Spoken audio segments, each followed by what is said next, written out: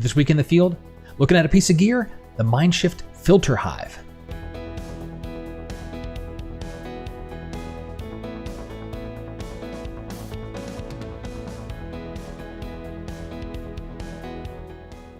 Hi everyone, I'm Scott Davenport and welcome to In the Field. Before I get into today's show about this Filter Hive piece of gear here, really quickly, workshop dates for San Diego Coastlines 2017 have been announced and registration is going to open up really soon. If it hasn't so already, I'm not exactly sure when this video is going to go up. But if you are interested in coming and joining me in San Diego, head on over to my website. You'll find ample links to the workshops page, and you can either get on the interest list, or if there's a seat left and you want to grab it, sign right up. So today, I want to talk about the Mindshift Filter Hive. It's this little guy I got right here. And I've been using this for a couple of months. I wanted to get some good field experience with it before I talked about it and shared it. And the cut to the chase, I really like this. And this has really made my shooting more fluid and more nimble in the field. So you can see it's pretty compact. I'll hold it up against my chest here.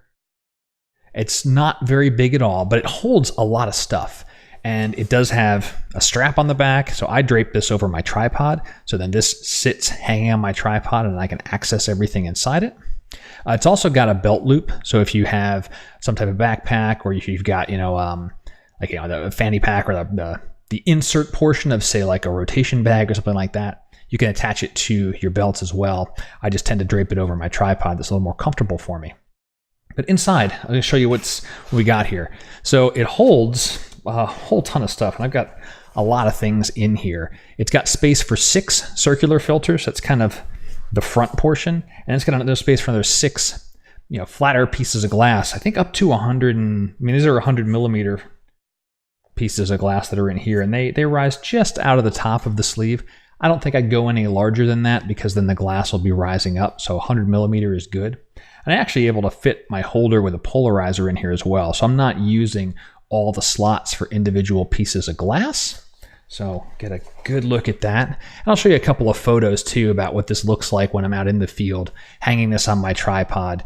You can see it nestles nicely over the ball head, and it's very easy to access things. And it just makes the shooting more dynamic. Stuff that, else I like, this insert. You see, I get this inner fold and then an outer fold. So there's a couple of layers to protect the glass that's in there. But also that means you end up with kind of like this little makeshift pocket right here. And I'll put cleaning cloths and my remote trigger, wireless remote trigger in there as well. So all this stuff gets to hang on the tripod. It makes it very easy to access any of it during the shoot. So if I'm switching filters, great. If I need to clean off a lens because it got dusty or something splashed up on it, everything is right at my fingertips, and I'm not having to take off a backpack, or you leave the backpack on the ground somewhere else. You need to go grab it. Or in my case, I'm often shooting at the ocean. I'm, ankle deep, knee deep in water. And if I have a backpack on, well, that's not something I can take off and put down to access gear. I have it all here. It's available. So I would say the 2 negatives about it.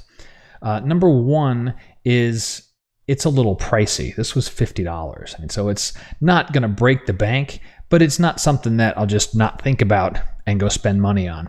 I'm glad I bought it, of course, but it's not just the $15, $20 item. But photography wise, I'd say this is on the low end of things that we tend to buy gear wise.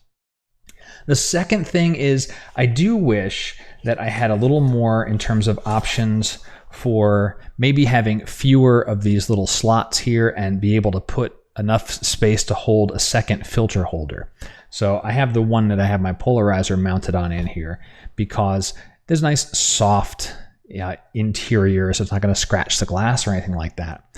But I would like to be able to put my second filter holder, and I've talked about that on a previous episode, why I have 2. And it's, again, to be nimble. I wish I could fit that in here without really starting to squeeze things down. My solution to that is that's something that comes out of my bag pretty early in the shoot. And if I have no filters on whatsoever, I'll just mount that up onto the adapter ring of my lens, and then I'm pretty much set to go. So that one's kind of a nit. But overall, if you're looking for some type of filter holder that puts all of your stuff at your fingertips, it's got some space for other things like cleaning cloths. Like I said, I've got my remote trigger in there. I'm very happy with the filter Hive from Mindshift. There is no tip of the week per se. I like the filter Hive. It works for me, and I think that it will be beneficial to a lot of other photographers. I will say I'm not associated with Mindshift in any way, shape, or form. I went and purchased this based on seeing another buddy of mine, Frank, up in the Bay Area. He was using this during a shoot we went on together a few months ago. And I really liked it, and ultimately I went and picked one up, been using it and enjoy it. So this is, pure Scott's opinion of a piece of gear. There's no strings attached. There's no bait. There's no switch. And that's it for this week in the field. I hope you have enjoyed it. If you did, let me know. Leave a comment. Subscribe to the mailing list. Ask a question through my website. Love getting questions. I want to do more Q&A episodes, and in order to do that, need to have your questions. Feel free to contact me. You will not have to wait for a video that features your question to get an answer. You'll get that, days, weeks earlier sometimes, depending on the recording schedule here. And until next time, my name is Scott Davenport, and happy shooting.